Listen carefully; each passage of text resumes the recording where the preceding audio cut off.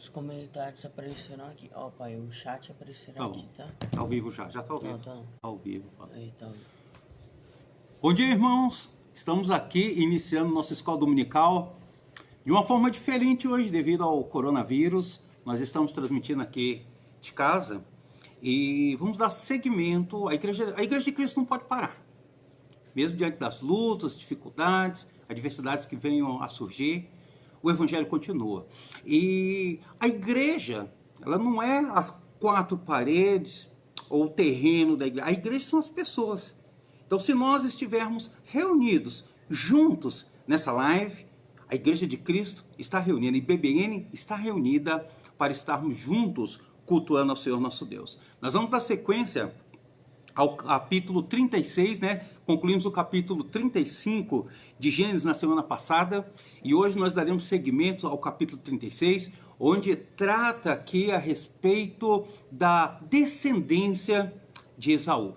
Mas antes de estarmos iniciando a nossa escola dominical, vamos estar orando, lembrando o nosso país e o mundo quanto a esse momento tão difícil que o mundo tem passado devido ao coronavírus.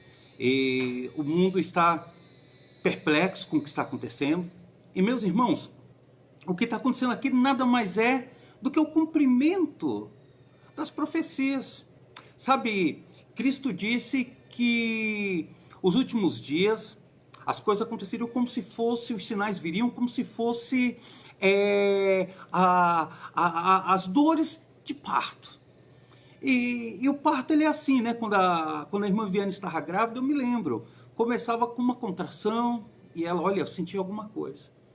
Depois, no dia seguinte, aumentava mais um pouco. Depois, 2 semanas depois, já estava bem mais intenso, até chegar ao ponto dela dar à luz às crianças, ao Paulo e a Isabel. Irmãos, Cristo disse que seria dessa forma.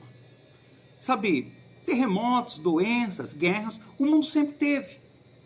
Mas o que nos chama a atenção é a intensidade com que as coisas têm acontecido. É isso que nos mostra o quanto Cristo está próximo.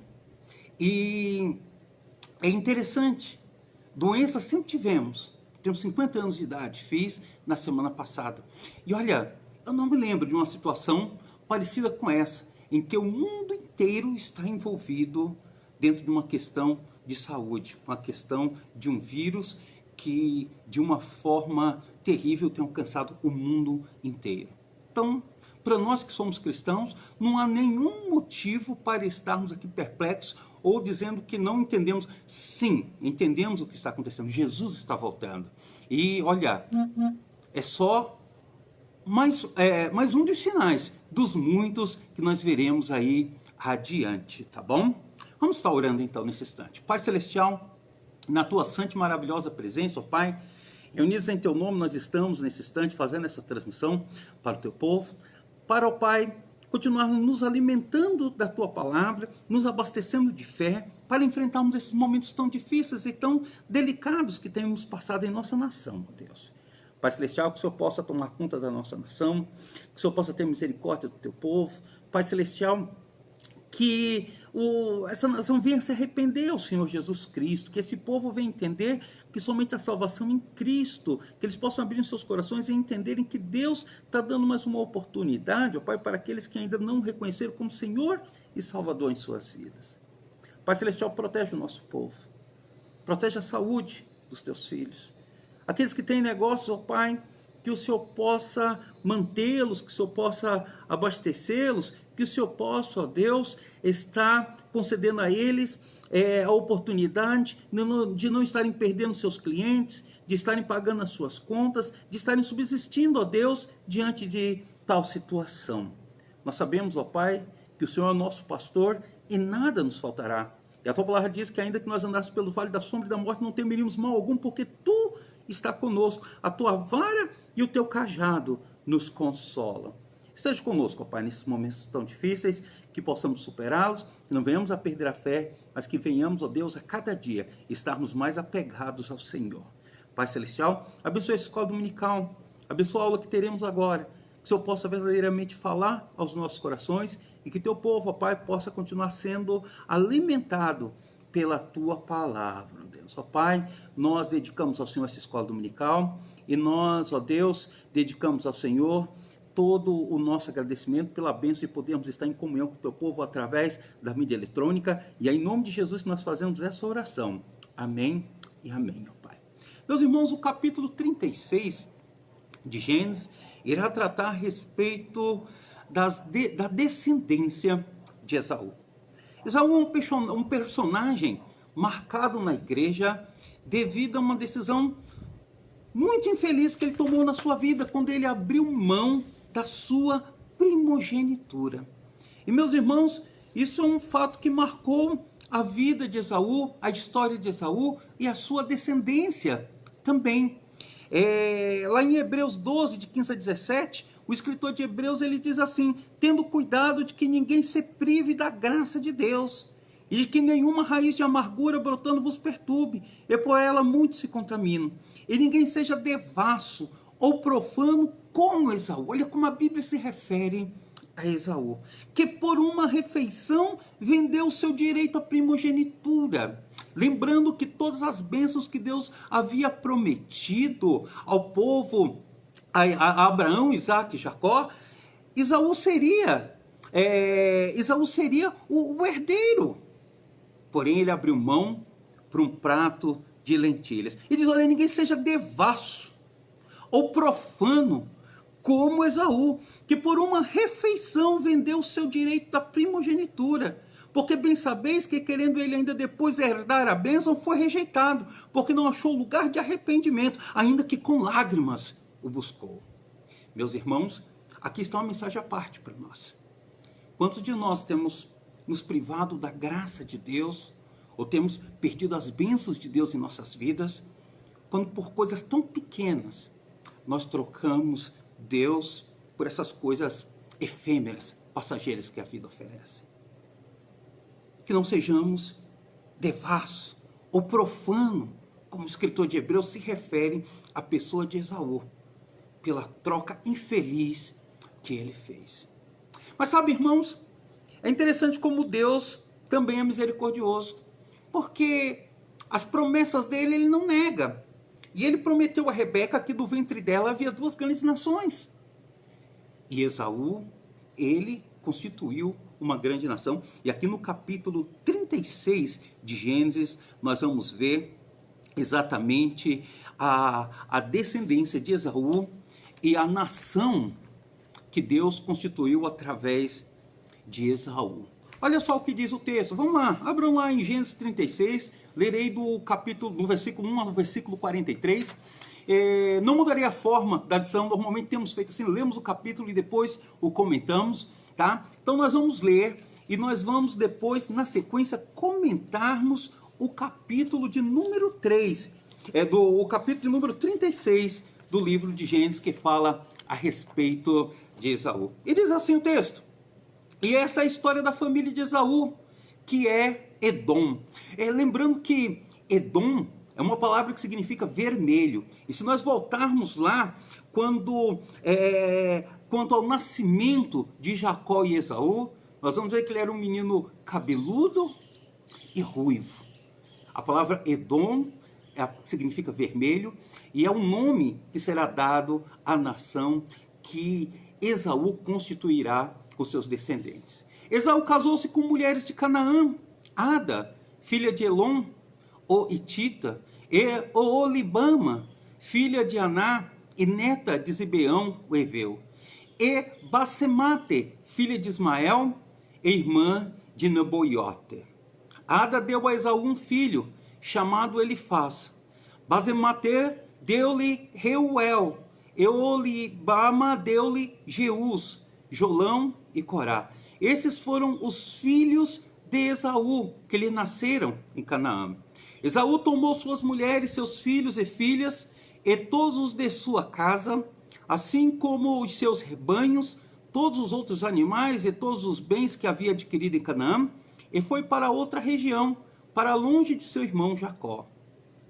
Os seus bens eram tantos que eles não podiam morar juntos. a terra onde estavam vivendo não podia sustentá-los por causa dos seus rebanhos. Por isso Esaú, que é Edom, fixou-se nos montes de Seir. E este é o registro da descendência de Esaú, pai dos Edomitas, aqui é a nação que ele constituiu. Nos montes de Seir. Esses são os nomes dos filhos de Esaú: Elifaz, filho de Ada, mulher de Esaú, e Reuel, filho de Basemate, mulher de Esaú. Esses foram os filhos de Elifaz: Temã, Omar, Zefô, Gaetã e Kenaz. Elifaz, filho de Esaú, tinha uma concubina chamada Tiná, que lhe deu um filho chamado Amaleque. Foram esses os netos de Ada, mulher de Esaú. Esses foram os filhos de Reuel, Naate, Zerá, Samá e Mizá. Foram esses os netos de Basemate, mulher de Esaú. Estes foram os filhos de Oolibama, mulher de Esaú, filha de Aná, e neta de Zibeão, os quais ela deu a Esaú, Jeú, Jalão e Corá. Foram estes os chefes dentre os descendentes de Esaú. Os filhos de Elifaz, filho mais velho de Esaú: Temã, Omar, Zefô, Kenaz, Corá, Gaetã, Amaleque. Foram esses os chefes descendentes de Elifaz em Edom.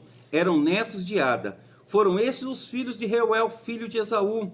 Os chefes Naate, Zerá, Samá, Mizá. Foram esses os chefes descendentes de Reuel em Edom, neto de Basemate, mulher de Esaú.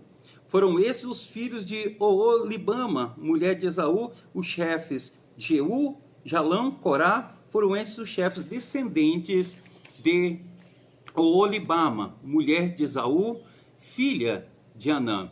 Foram esses os filhos de Esaú, que em Edom, esses foram os seus chefes. Esses foram os filhos de Seir, o Oreu, que estavam habitando aquela região: Lotã, Sobal, Zibeão e Aná, Dizon, Eser, Dissã. Esses filhos de Seir foram chefes dos Oreus no território de Edom. Estes foram os filhos de Lotã: Ori, Emã, Tiná, era irmã de Lotã. Esses foram os filhos de Sobal: Avã, Manaate, Ebal, Sefô, Onã. Esses foram os filhos de Zibeão: Aiá e Aná. Foi este Aná que descobriu as fontes de águas quentes no deserto, quando levava para pastar os jumentos de Zibeão, seu pai.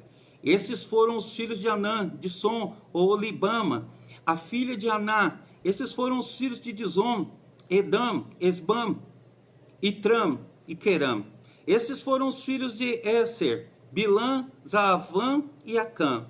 Esses foram os filhos de Dizã, Uz e Arã. Esses foram os chefes dos Oreus: Lotã, Sobal, Zibeão, Aná, Dizon, Eser, Dizã. Esses foram os chefes dos Oreus de acordo com as suas divisões tribais na região de Seir.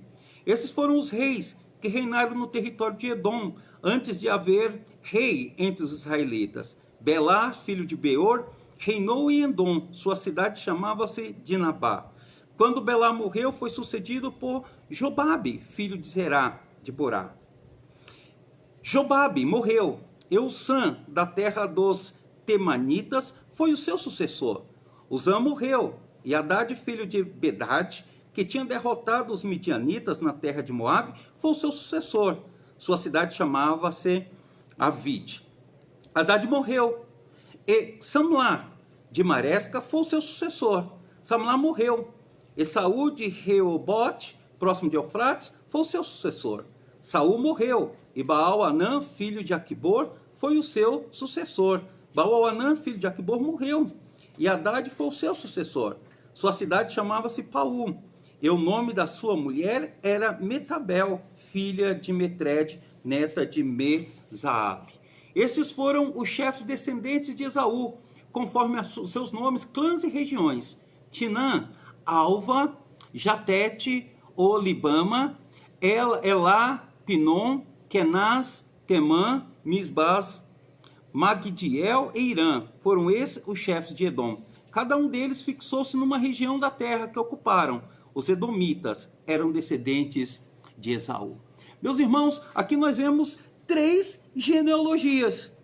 Os descendentes de Esaú, os descendentes de Seir, e depois nós voltamos para os reis e príncipes de Edom.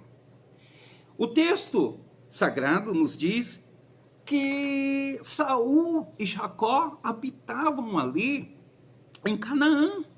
Eles estavam juntos. Porém, aconteceu uma situação semelhante à situação que ocorreu entre Ló e Abraão. Eles enriqueceram demais, seus rebanhos cresceram demais, eles estavam com muitas riquezas, muitas fortunas, né? Muito gado, e o território ficou pequeno. E para não haver mais confusão, para que eles não tivessem um entreveiro, chegou-se à conclusão que era melhor um dos dois se apartar. E é interessante que nós vemos aí a mão de Deus agindo, porque Deus havia prometido a terra de Canaã para os descendentes de Jacó. Jacó que herdou a bênção de Abraão e de Isaac, seu pai. E Deus providencia uma forma para que Esaú saia e para que Jacó possa ficar com seus descendentes naquela terra. E a Bíblia diz que Esaú, ele foi para a região de Seir. E lá havia um outro povo, filhos de um homem chamado Oreu. E leva-nos a entender, irmãos, que houve uma mistura entre os descendentes de Saul e o povo que habitava ali em Seir, porque já havia, dá-se a entender no texto, já reinos instituídos ali, já havia um povo habitando aquela terra, e Saul se uniu àquele povo, dá-se a entender que houve um ajuntamento entre eles. Apesar que, lá em Deuteronômios 2, de 22 a 23, diz que o povo de Esaú, eles destruíram o povo de Seir, ou o povo dos Horeus. Olha o que diz lá Deuteronômios 2, 22 e 23. Assim fez com os filhos de Esaú, que habitavam em Seir, de diante dos quais destruiu os Horeus, e eles os lançaram fora, e habitaram no lugar deles até esse dia. Também os coftorins que saíram de Coftor o destruíram. Então, meus irmãos, parece-me que em determinado instante houve um ajuntamento entre os dois povos, e depois os descendentes de Esaú expulsaram os Horeus, expulsaram aquele povo que anteriormente habitava Seir, e eles tomaram posse desse local. Esse local que fica ali no sul do que é Israel hoje, e pega uma região entre o sul de Israel e parte da Palestina. Meus irmãos, os descendentes de Esaú, eles também no decorrer da história, eles causaram muitas dificuldades para o povo de Israel. Somente quando o povo vinha do deserto, houve muitos instantes em que eles proibiram ou criaram obstáculos àquele povo. Mas, meus irmãos, quando Deus faz uma promessa, Deus a cumpre. E é interessante que mesmo que em determinados instantes da história eles causaram problemas ao povo de Israel, Deus mandou que aquele povo fosse preservado. Lá em Deuteronômios 23, de 6 a 8, olha só, Deus disse ao povo de Israel, quando eles saíram do Egito: vocês podem destruir todo mundo, não façam amizade com ninguém. Porém, os edomitas, que são os descendentes de Esaú, vocês não vão mexer com eles, não vão destruir, porque são seus irmãos. Então está lá em Deuteronômio 23, de 6 a 8. Nós vemos então a descendência de Esaú e o que Deus houvera prometido a Rebeca, que no ventre dela havia 2 grandes nações. Deus cumpriu. Deus preservou Jacó na terra de Canaã, porque aquela era a terra prometida, e Esaú foi para uma outra região. Meus irmãos, é interessante nós vermos aqui algumas coisas interessantes dentro deste texto, né? Sabemos aqui que em determinados instantes da história eles foram opositores ao povo de Deus. Sabemos também que em determinados instantes eles causaram dificuldades para o povo de Deus. Mas, meus irmãos, Deus preservou a sua promessa, e Deus, em determinados instantes também da história, pediu para que Israel não mexesse com aquele povo.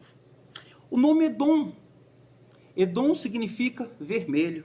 E E se nós formos lá em Gênesis 25, 25, nós vamos entender por que essa nação recebeu o nome de os vermelhos, né? Edomitas, o povo vermelho. Gênesis 25, 25 diz, e saiu o primeiro ruivo, e todo como um vestido de pelo.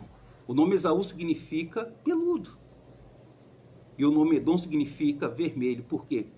Ele era ruivo. Então esse povo ficou conhecido como o povo vermelho. O povo que habitou a terra de Seir.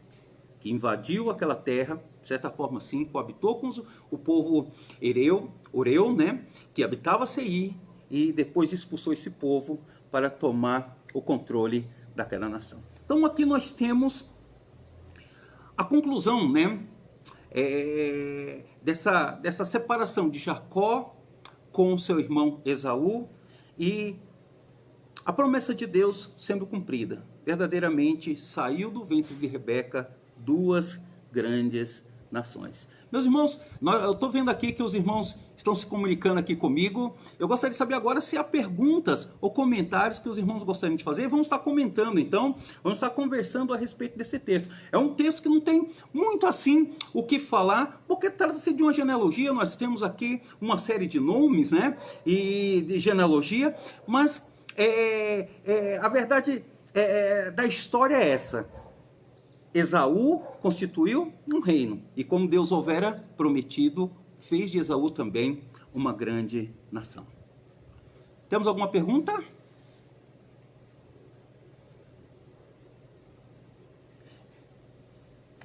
Tá? O que me chama a atenção na história também de Esaú é o fato, né, de como alguém pode abrir mão de uma promessa tão abençoadora como ele abriu, né?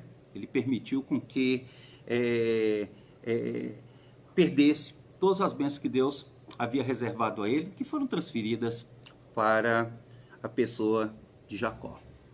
Meus irmãos, sabe, estamos falando sobre Esaú, mas também não posso deixar de falar para vocês, com vocês a respeito do que está acontecendo na nossa nação.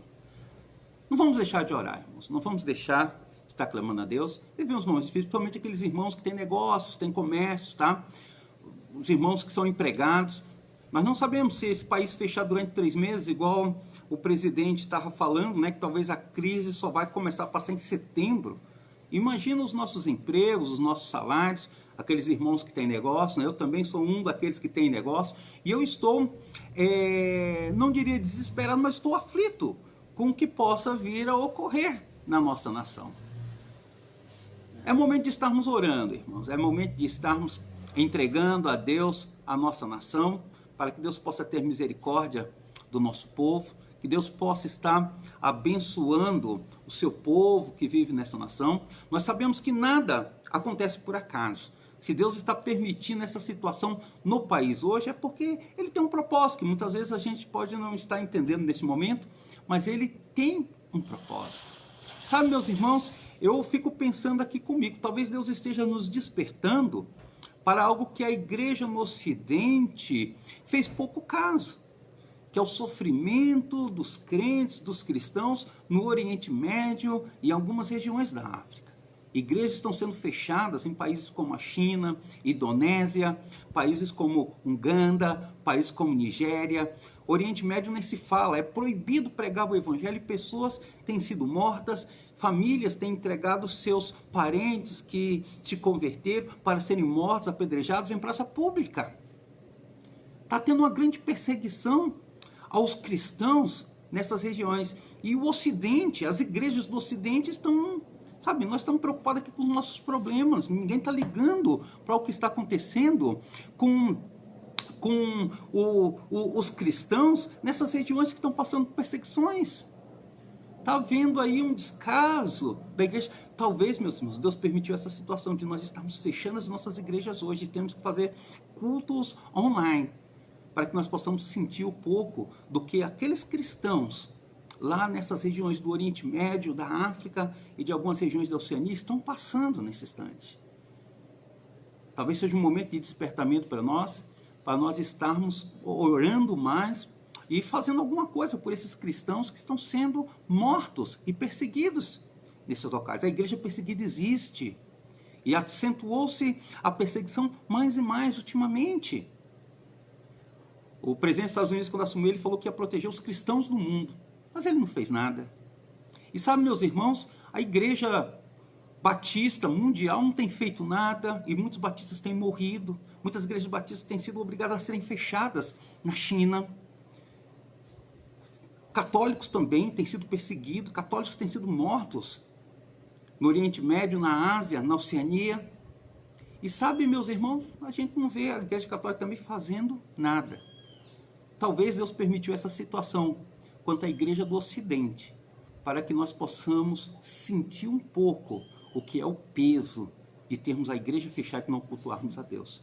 Não sei se é isso, mas talvez possa ser isso.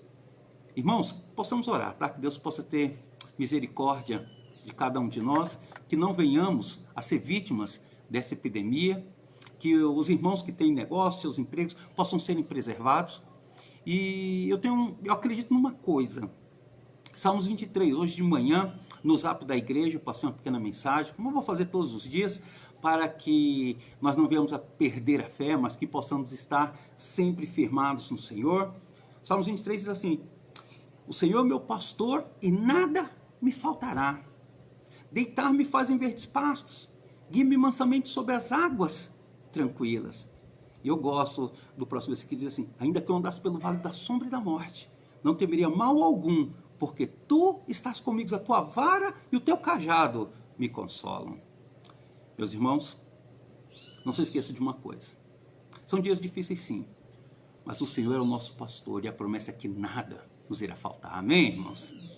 Nada nos irá faltar. E Ele promete também que ainda que nós andássemos pelo vale da sombra e da morte, sabe, ainda que nós andássemos por momentos difíceis, momentos conturbados, momentos, meus irmãos, de dificuldade como nós estamos passando agora, para nós não temermos, porque Ele está conosco. E sabe, meu irmão, mantenha aí o seu controle, não se desespere não seja ansioso, não deixe se abater pela depressão, não, porque a promessa é que Ele irá nos consolar e que Ele irá cuidar de nós, mesmo nesses momentos difíceis.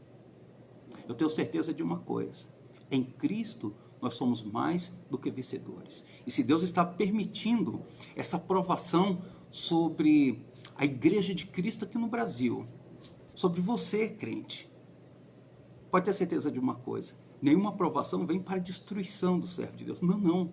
Vem para que nós possamos estarmos cada dia mais aperfeiçoados para servirmos a esse Deus. E sabe, meus irmãos, a situação parece ser caótica. O futuro parece muito incerto para todos nós. Mas eu digo uma coisa para vocês: no final dessa história, sem dúvida nenhuma, todos nós sairemos mais fortalecidos do que antes, porque esse é o desejo de Deus quando Ele permite com que provações se abatam sobre o seu povo. Portanto, irmãos, estejam firmes, confiantes no Senhor.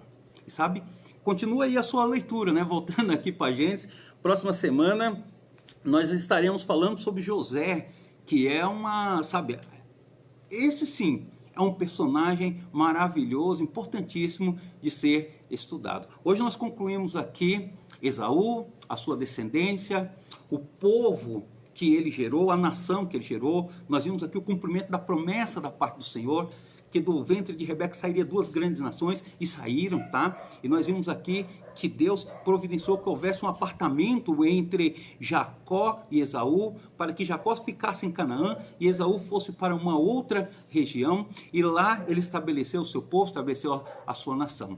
Irmãos, e mais importante do que entendermos o destino de Esaú como nação, é entendermos que não venhamos a cair no erro de Esaú. Canaã era para ser herdada por Esaú, mas ele trocou, meus irmãos, todas as bênçãos, todas as promessas de Deus na sua vida por um prato de lentilha. E a Bíblia, lá em Hebreus 12, 15 e 17, o considera um devasso e profano. Irmãos, que não venhamos a trocar as bênçãos de Deus por nada nessa vida, mas que nós possamos permanecer fiéis. E que sabe que as nossas necessidades do dia a dia não venham a serem maiores do que o nosso amor e o nosso comprometimento com o nosso Deus. Amém? Então eu gostaria de estar concluindo essa live agora, orando a Deus pela nossa igreja, pela nossa amada IBBN, pelos membros dessa igreja, que Deus possa estar nos abençoando, nos guardando nesses momentos tão difíceis e momentos tão turbulosos que nós temos passado. Pai Celestial, mais uma vez na Tua presença, Pai, reunidos, ó Pai, em nome de Jesus, através das redes sociais, nós estamos aqui, ó Deus, para estar orando pelo nosso povo, ó Pai, por cada um dos membros da Tua igreja, por cada uma das famílias representadas neste rebanho. Pai Celestial, que o Senhor possa estar abençoando a cada um deles nesses dias difíceis. Que nenhum dos teus filhos, ó Pai, venham a pegar esse vírus, ó Deus, mas que o Senhor possa proteger a nossa saúde, nos blindar, ó Pai, dessa situação difícil que temos enfrentado no dia a dia. Pai Celestial, que o Senhor possa ter misericórdia dos nossos trabalhos, dos nossos empregos, dos nossos negócios, que nenhum dos teus servos venha perder um emprego, que nenhum dos teus servos, ó Pai, venha ter, ó Pai, situações complicadas em seus negócios, mas, ó Pai, que o Senhor possa operar um milagre, ó Pai, nas nossas vidas, que o Senhor possa operar um milagre nessa nação, que o Senhor possa ter misericórdia desse povo, ó Pai, que essa situação que nós estamos passando venha levar essa nação a se converter de verdade ao Senhor Jesus Cristo, ó Deus. Seja conosco, ó Pai, nos dias que virão adiante, que possamos, a cada dia, aprendermos a orar mais, a confiar mais, e a nos dedicarmos mais ao Senhor, sabendo, ó Pai, que a 7ª trombeta está próxima para tocar e que Cristo está às portas. Pai, que possamos entender que o Senhor está nos sinalizando que é momento de nos consagrarmos mais, que é momento, ó Pai, de estarmos cada dia mais focados em servi-lo melhor e melhor. Pai Celestial, nos conceda um restante de dia abençoado. Nos conceda, ó Pai, mais uma reunião pela mídia social, à noite, abençoada pelo Senhor. E que possamos, ó Pai, estarmos sempre firmados nas promessas que o Senhor tem para cada um de nós. O Senhor nos prometeu que estaria conosco todos os dias, em todos os instantes e em todas as situações. Que possamos, ó Pai, aplicar nas nossas vidas as palavras que o Senhor deixou de conforto e de consolo. Tua palavra diz: entrega o teu caminho ao Senhor, confia nele e o mais ele fará. Que verdadeiramente viemos a confiar no Senhor e entregarmos os nossos destinos ao Senhor, para que o Senhor possa cuidar de nós, ó Deus. Muito obrigado, Pai, por esse instante que tivemos para juntos compartilharmos a Tua palavra. E eu oro agradecido ao Senhor, no santo e glorioso nome de Jesus, o nosso Salvador. Amém e amém. Que Deus possa estar abençoando a cada um de vocês, dando um excelente domingo, e às 19 horas estaremos juntos novamente aqui para estarmos estudando e aprendendo mais da palavra do Senhor. Deus abençoe a todos, um excelente dia com as suas famílias. Amém.